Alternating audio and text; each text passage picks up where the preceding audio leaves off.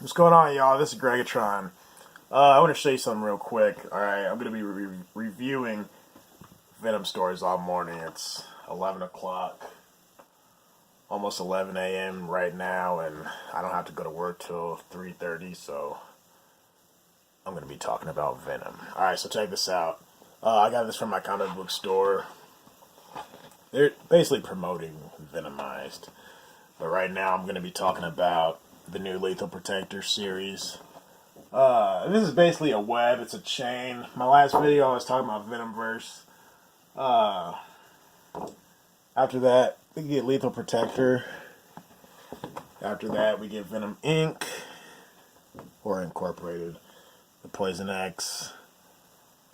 And then some other small stories. But before Venomverse, we get The Edge of Venomverse. That's the prequel.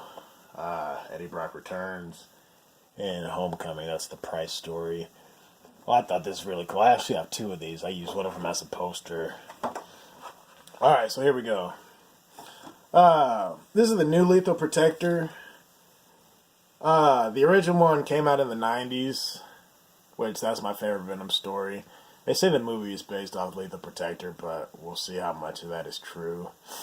So, I'll probably make a separate video of my old Lethal Protector series, which, like I said, is my favorite, one of the best things I've ever read in my whole life. Now, is this good as that one? No, there's no way. Which is fine, because it's 20-something years later, and I wouldn't expect it to be.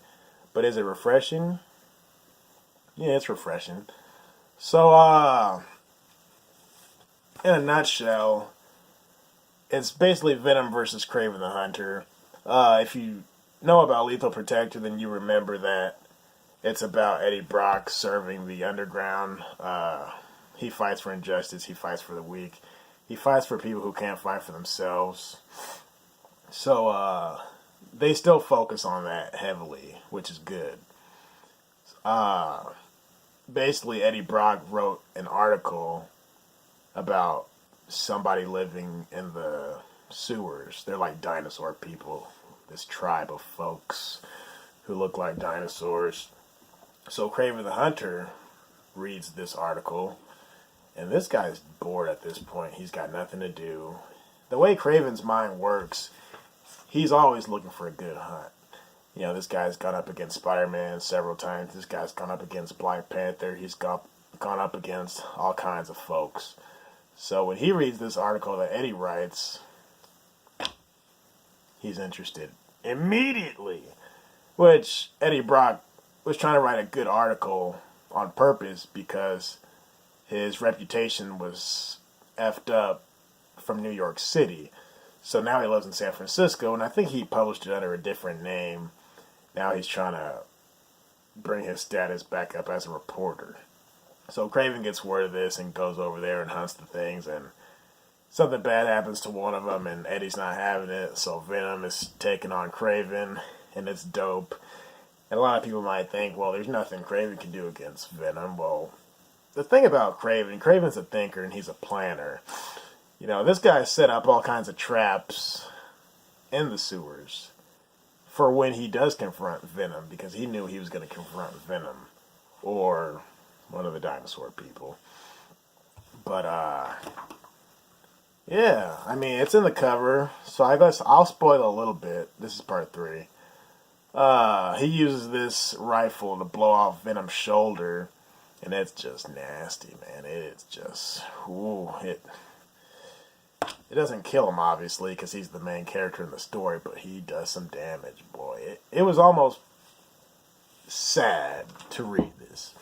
It almost kind of hurt me. Because the way Venom fights, yeah, the symbiote has a ton of knowledge, but as Venom, I feel Venom a lot of times fights in the heat of the moment. He uses his adrenaline and his rage and his anger a lot of times when he's fighting people. That's kind of his downfall, which, yeah, he has his weaknesses, which is high heat and high sound waves. But Venom kind of fights in the motherfucking moment. Whereas somebody like Kraven, who's not as strong as Venom, he has to sit back and plan some stuff, kind of like Batman. And he's got to set up a bunch of traps, so that's how we get our fight. And it's pretty good, you know. He's trying to protect these people underground. Because it's kind of his fault, if you think about it. He's the one that published the article. And now we get Kraven, who's literally doing it for sport. That's what he does. But it's good stuff, you know.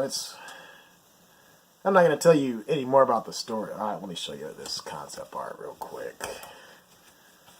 So this is part 3. And that's part 4, the finale. Real good stuff. Real good stuff. I always like, this is part 1 back again. I always like seeing how he defeats other foes. Because each fight Venom is in is totally different from the last one. You know, he's gone up against Kraven now, obviously. He's gone up against Juggernaut in the past. Morbius, Spider-Man, obviously. The Poisons, and the new story I just talked about. He's gone up. Carnage, obviously. You know, Toxin, Scream. What are their names?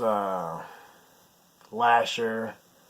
All those guys. That's the last Lethal Protector. They don't do any of that in this one. They just focus on the Underground and Kraven and the dinosaur people. But yeah, I enjoyed this story. I'm glad they made it. When I saw Lethal Protector in the comic book store, I was like, that's not Lethal Protector, but it's just a kind of a different take on it. Kind of like how DC does 52, New 52. Kinda. Because I don't think that's true, because I guess this is a sequel. This is in the future, I'd say.